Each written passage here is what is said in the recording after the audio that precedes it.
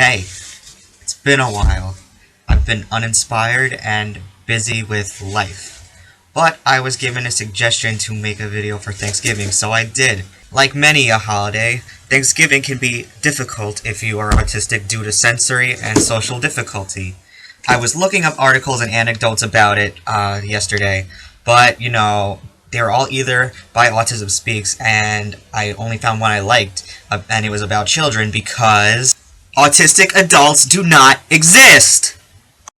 I was being sarcastic in case you couldn't tell. All kidding aside, though, it did have some good points that I thought would be good to bring up, so I'll offer some general advice and then I'll talk about my own experiences a little bit.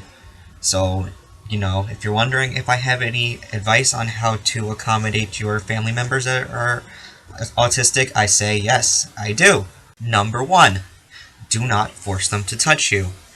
If they want to give you a hug or whatever, great, but they may not be comfortable with that, so be respectful of their boundaries. I assure you, it probably does not have anything to do with you. Number 2, offer a retreat room. Offer a room, such as the guest room, that your family member can retreat to if they get overstimulated. Sometimes people need space because it gets too loud or too crowded, and it's not going to be a good situation. It's really not the end of the world if they're not around you for 10 minutes or half an hour or whatever. Number 3, be mindful of food issues. A lot of autistic people have texture sensitivity to food. So, my recommendation is to ask ahead of time if they're going to have a problem with what you're making, and if the answer is yes, you can ask them for any alternative or let them bring their own food. Likewise, if it's a parent with a child, let them know ahead of time that this might be an issue. Have you ever had to adjust what you were making because you were having someone over that was a vegetarian or had a food allergy or whatever? It's the same general idea. I assure you everyone will be happier in the end. Number 4, be mindful of loud noises. I mean, you can't control every screaming family member in the house, but if you can try not to make music or the TV too loud, and you can watch your volume, make sure that other people that are reasonable can adjust their volume, it could make a huge difference. And number 5, respecting clothing choices. Texture sensitivity can be a thing with clothing as well as food.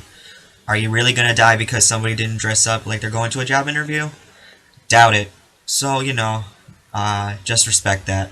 If you have a kid with you and you want them to dress nice for photos, make sure you have an extra set of clothes for them to change in when the photo taking is over.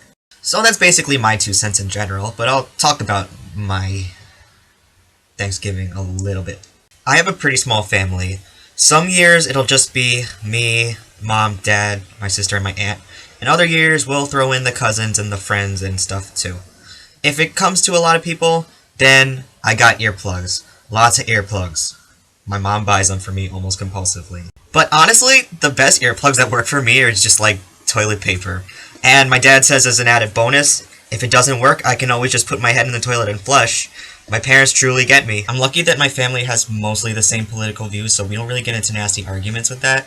In fact, quite the opposite, because my mom and aunt tend to go on passionate rants with each other, and don't let anybody else speak, which is kind of frustrating for me because I'm trying. And literally they'll be like, oh my god, Obama this, and healthcare that, and the world's ending, and oh my god, and my aunt will be like, right, and my mom will be like, right, and I'll be like, and it's awkward. But I tried. I offered my sister $5 to play my aunt in a skit for this, but she declined. Thanksgiving's usually at my house, which I prefer, but about a week ago, I found out we're actually going to my aunt's house, and I wouldn't care so much if it wasn't for the fact that, I have work at 10 o'clock, and we have to come straight from their house at 8 or whatever, and I have to get ready for work. Work is going to be really stressful, because I work in retail, and it is a disruption from what I was expecting, so I am a little bit anxious about it. I also prefer my house because it's easy for me to retreat to my room if I need. Not so easy at other people's houses. So I just gotta be creative and, bring stuff for me to, distract myself with, like my music and whatnot. And, I'm at my aunt's house, so I'm sure I could find somewhere to go if I need to. I'll be okay, though. It could be a lot worse, and, I've dealt with this before, and I can do it again. That's basically all I got for now, anyway. I'll be back soon, and I'm glad I came back. Happy holidays. See ya. Wouldn't wanna be ya.